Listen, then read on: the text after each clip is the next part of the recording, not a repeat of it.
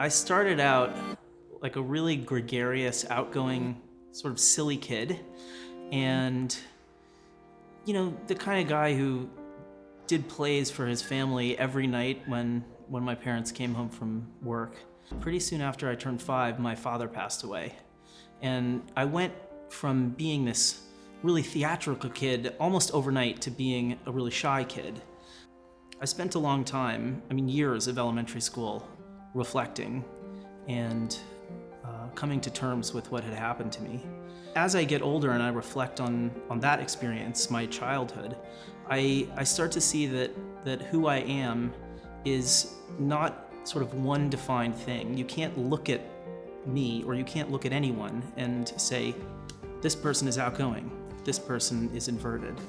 The experience of me is fluid. It's something that changes. And except to say that there's something in the core that doesn't. There's something about me that feels essentially me, that's always felt like me. And so the story that I tell about myself comes from that place, coupled with the experiences that I'm having as I grow and change throughout my life. Follow your heart. That's where real stories come from. That's where meaning comes from. When I started out my career, I worked for a lot of people, some really amazing people who taught me incredible things.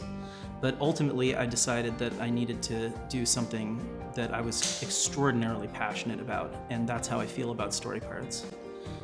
Story Pirates shows kids how to become storytellers, and for me, storytelling and living your life are inseparable. Those are the same process. If I were to go back and talk to my younger self, the first thing I would do is just give him a hug and tell him that everything turns out all right. Life is cyclical. It goes up, it goes down, it goes sideways, it goes back, it goes forth, and it always comes around. That's been my experience. That isn't to say that there's always happy endings, but it's to say that the cycle of life is sort of resolute. Like that's the thing that you can count on. And no matter where you are, you're going to be in a different place at a different time. I used to think that my identity was something fixed or something I needed to strive for or something that I needed to carve out and define with so much effort.